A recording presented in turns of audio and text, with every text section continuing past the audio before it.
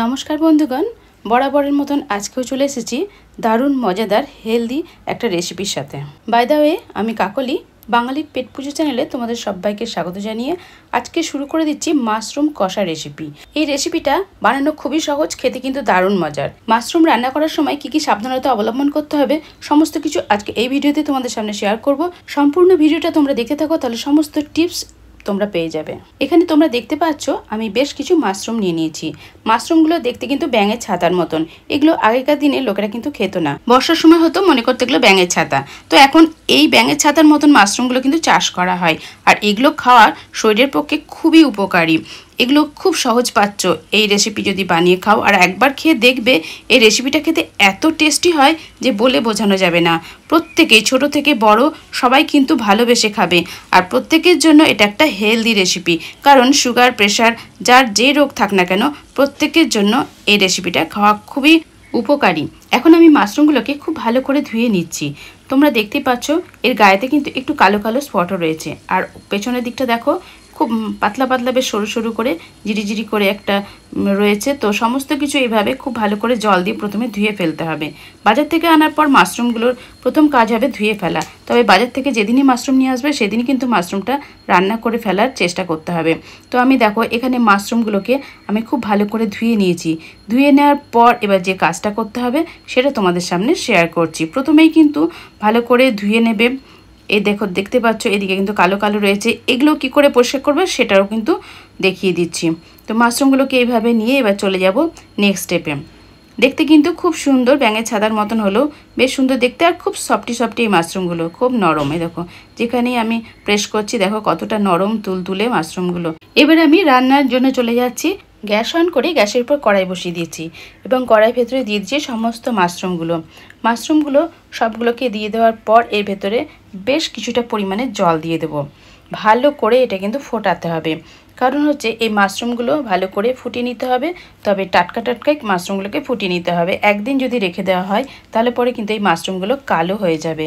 এবার দিয়ে দিলাম পরিমাণ মতন নুনটা দিয়ে ভালো করে নেড়ে চেড়ে দিচ্ছি। তারপর আমি এটাকে ঢাকা দিয়ে বেশ কিছুক্ষণ ভালো করে ফুটিয়ে নেব। 10 থেকে 15 মিনিট আমি ভালো করে ফুটিয়ে নেব। তবে তোমাদের যদি হাতে সময় না থাকে, যেদিন বাজার থেকে আনা হবে সেদিনকে কিন্তু অবশ্যই মাশরুমটাকে খুব ভালো করে ফুটিয়ে রেখে দিও। পরের দিন রান্না করলেও কোনো ক্ষতি করবে না। দেখতেই পাচ্ছ মাশরুমগুলো কি সুন্দর ফুটে যাচ্ছে, আর ফুটতে ফুটতে মাশরুমগুলো খুব নরম হয়ে গেছে। এবার একটা একটা করে এই মাশরুমগুলো একটা প্লেটের ওপর রেখে দিলাম। তারপরে এই মাশরুমগুলোকে একটু ঠান্ডা হতে দেবো। মাশরুম এখন অনেক রকমের পাওয়া যায়। এই মাশরুমটা খেতে কিন্তু অনেকটাই সফটি হয়। এখন সমস্ত মাশরুমগুলো ফুটন্ত জল থেকে প্লেটের ওপর তুলে নেওয়া কমপ্লিট হয়ে গেছে। এখন ঠান্ডা করতে দেবো। ঠান্ডা হয়ে যাওয়ার পর দেখো এবার মাশরুমটাকে পরিষ্কার করে নেব। গায়ে দেখো এরকম ধরনের কালো কালো দাগ রয়েছে। এইভাবে নখ দিয়ে এরকম করে দিলে পরে দেখতেই পাচ্ছ এগুলো কিন্তু আস্তে আস্তে উঠেও যাচ্ছে। এইভাবে পরিষ্কার করে নিতে হবে। এইভাবে সমস্ত মাশরুমগুলোকে আমি আস্তে আস্তে পরিষ্কার করে নেব। এই ডাঁটির এখানটা রয়েছে, এভাবে টানলে পরে দেখতে পাচ্ছ নরম একদম তুলতুলে। আস্তে আস্তে নখ দিয়ে প্রেস করে করে তুললেই কিন্তু একদম ক্লিন হয়ে যাবে। সেই জায়গাতে তোমরা ছুরিও ব্যবহার করতে পারো বা বটি দিয়েও চেঁচে নিতে পারো। তো আমার নখের সাহায্যে হয়ে গেল, আর কিছু আমার দরকার হয়নি। এবারে এই যে মাশরুমগুলো দেখো সেদ্ধ হয়ে ভীষণ সফটি হয়ে গেছে। এগুলোকে এবার কাটবো। কাটার জন্য প্রথমেই আমি এই ফুলের দিকটাকে আগে আলাদা করে নেব। ফুলের দিকটাকে আলাদা করে নিয়ে তোমাদের ইচ্ছা মতো তোমরা কাটতে পারো, তবে আমি যেভাবে কাটি সেইভাবে তোমাদের দেখিয়ে দিচ্ছি। এভাবে প্রথমে যে ফুলের মতন দিকটা রয়েছে এভাবে লম্বা লম্বা করে কেটে নিয়ে ছোট ছোট টুকরো করে কেটে নেব। তোমরা চাইলে এরকম লম্বা লম্বা করেও রেখে দিতে পারো। এটা কিন্তু খুবই নরম তুলতুলে অংশ। আমার এই কাটিংটা দেখে অবশ্যই তোমরা বুঝতে পারছো যে কতটা নরম সফট। এইভাবে ছাতার মতন যে অংশটা ছিল সেটাকে কেটে টুকরো টুকরো করে নিলাম। এবারে যে ডান্ডিটা আছে সেটাও কিন্তু রান্নায় ব্যবহার করা হবে। তার জন্য এইভাবে গোল গোল করে আমি কেটে নিচ্ছি। এইভাবে গোল গোল করে টোটালটা কেটে নেব। দেখতেও বেশ সুন্দর লাগে, আর খেতে তো দারুণ মজাই লাগে। তো দেখবে কতটা টেস্টি হয়। যারা মাংস খাও একদম মাংসকেও হার মানাবে এই মাশরুম কষা রেসিপিটা। তো এইভাবে সমস্ত মাশরুমগুলোকে এভাবে আমি ছোট ছোট টুকরো করে প্রথমে কেটে নেব। তোমরা চাইলে তোমরা বড় বড় টুকরো করে কেটেও কিন্তু এই রেসিপিটা বানাতেই পারো। তো দেখো এইভাবে আমি সমস্ত মাশরুমগুলো কেটে নিচ্ছি। এবারে যে কাজটা করতে হবে, মাশরুমের মধ্যে রয়েছে অনেকটা জল, এই জলটাকে হাতে মুঠো মুঠো করে প্রেস করে করে জলটায় কিন্তু বাদ দিয়ে দিতে হবে। তাহলে কিন্তু বেশ এই জলটা চলে যাবে আর এই মাশরুমগুলো একটু শুকনো শুকনো হয়ে যাবে। কারণ কষার সময় কষতে আমাদের সুবিধা হবে, বেশিক্ষণ টাইম লাগবে না, গ্যাসটাও কম খরচ হবে।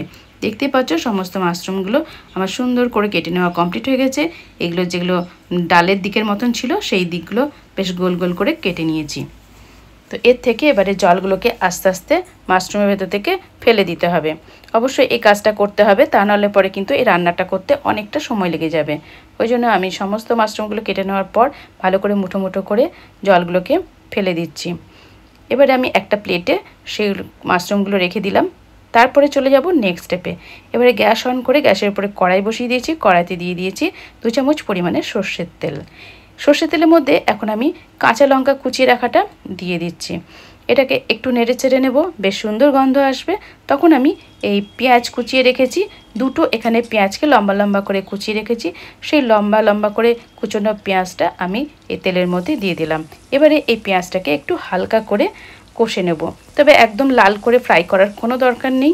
2-4 বার মিডিয়াম ফ্লেমেতে নাড়তে নাড়তেই কিন্তু পেঁয়াজটা একটু নরম হয়ে যাবে। সেই পর্যন্ত আমি পেঁয়াজটাকে নেড়ে চেড়ে কষতে থাকছি। আমি আরেকটা ওভেন জ্বালিয়ে আরেকটা কড়াই আরেকটা ওভেনের উপর বসিয়ে দিয়েছি। এবারে আমি সেই উনানের ওপরে দিয়ে দেব একটু তেল, সর্ষের তেল দিয়ে দিয়েছি 1 চামচ পরিমাণের। এবারে এই কড়াইয়ের মধ্যে দিয়ে দিয়েছি মাশরুমগুলোকে। মাশরুমগুলো দেওয়ার পর কিন্তু খুব ভালো করে কষে নিতে হবে। খুব ভালো করে কষলে কিন্তু খেতে অনেক টেস্টি লাগে। অনেকে মনে করে মাশরুমের মধ্যে বাজে একটা গন্ধ থাকে, মোটেও সেটা থাকে না। প্রথমেই কিন্তু টাটকা টাটকা মাশরুমটাকে যদি ভালো করে ফুটন্ত জলে অনেকক্ষণ ধরে ফুটিয়ে নেওয়া যায়, তাহলে পরে সেই গন্ধটা কিন্তু চলেই যায়। তারপর এইভাবে কষে কষে রান্না করলে মাশরুমটা খেতে অসাধারণ লাগে। যে একবার এইভাবে রান্না করে খাবে সে কিন্তু আর মাংস খাওয়া ছেড়েই দেবে। এইভাবে রোজই প্রায় মাশরুম খাওয়ার ইচ্ছে থাকবে। তবে মাশরুম খাওয়া শরীরের পক্ষে খুবই উপকারী। এটা যারা ডায়েট করছো তাদের জন্য একটা আইডিয়াল রেসিপি। তারা রোজ কিন্তু পাতে মাশরুম রাখতে পারো। মাশরুমের প্রচুর রেসিপি আছে, যেগুলো আমার চ্যানেলে অনেক রকমের রেসিপি দেওয়া আছে। এই মাশরুম কষা থেকে আমরা মাশরুম রোলও বানাতে পারি, মাশরুম কাটলেট বানাতে পারি, নানা রকম রেসিপি আমার চ্যানেলে পেয়ে যাবে। তার জন্য অবশ্যই আমার চ্যানেলের সাথে থেকো, আমার চ্যানেলটিকে সাবস্ক্রাইব করে নোটিফিকেশনটা অন করে রেখো, তাহলে কিন্তু সেই সব ভিডিওগুলো তোমরা খুব সহজে পেয়ে যাবে। পেঁয়াজটা কষতে কষতে তার মধ্যে টমেটো দিয়ে দিয়েছি, টমেটোগুলোও কষে নেওয়া হয়ে গেছে।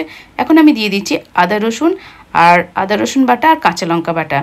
আদাটা 1/2 চামচ দিয়েছি, রসুনটা 1 চামচ আর 1/2 চামচ দিয়েছি কাঁচা লঙ্কা বাটা। তার মধ্যে একটু জল দিয়ে দিলাম।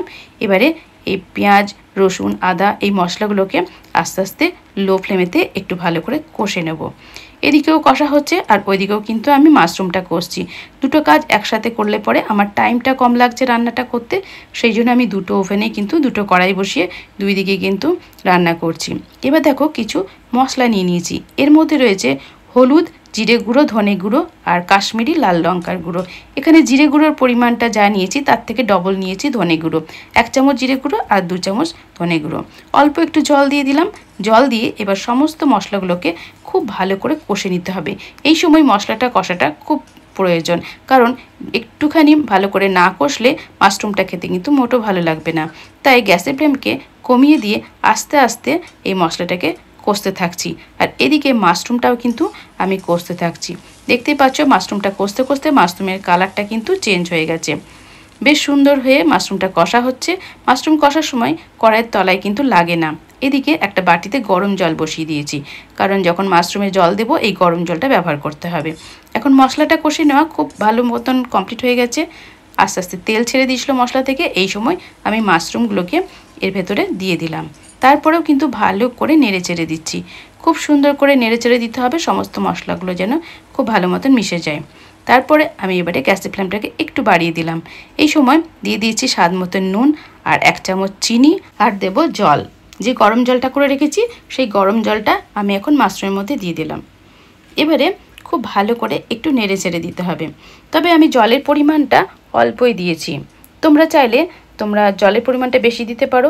আমি এখানে একটু কষা কষা টাইপের মাশরুমটা বানাচ্ছি, ওই জন্য অল্প জল দিয়ে এখন ঢেকে গ্যাসের ফ্লেমকে একদম কমিয়ে দিয়ে রেখে দিলাম 2 থেকে 3 মিনিট। 2 থেকে 3 মিনিট পর ফিরে এসেছি। এবার দেখো মাশরুমটা কতটা সুন্দর মানে সেন্ট বেরোচ্ছে, এটা তোমরা বুঝতে পারবে না, কারণ এটা রান্না করলে তখনই তোমরা বুঝতে পারবে। তো তার জন্য অবশ্যই এই রেসিপিটা একবার হলেও ট্রাই করবে, তাহলে পরে বুঝতে পারবে যে এটা খেতে কতটা মজার লাগে। আর এই রেসিপিটা বানিয়ে তোমরা যাকেই খাওয়াবে সে কিন্তু ভীষণ খুশি হবে। এখন আমার মাশরুমটা একদম কমপ্লিট হয়ে গেছে, গ্যাস অফ করে দিলাম। এবারে আমার পরিবেশনের পালা। এই মাশরুম কষা দিয়ে রুটি ভাত সমস্ত কিছু খেতে কিন্তু দুর্দান্ত লাগে। এছাড়া এই মাশরুম কষাটা যদি বানিয়ে রাখো, এরপরে যদি তোমরা রোলের মধ্যে এই মাশরুম কষাটা দাও, এগ মাশরুম রোল খেতে একদম ফাটাফাটি লাগে। এটা আমি প্রায় বানিয়ে থাকি। রেসিপিটা ভালো লাগলে লাইক কমেন্ট শেয়ার এবং সাবস্ক্রাইব করে পাশে থেকো। নেক্সট টাইম চলে আসবো। ততক্ষণের জন্য তোমরা বাড়িতে থাকো, সুস্থ থাকো, টাটা বাই বাই।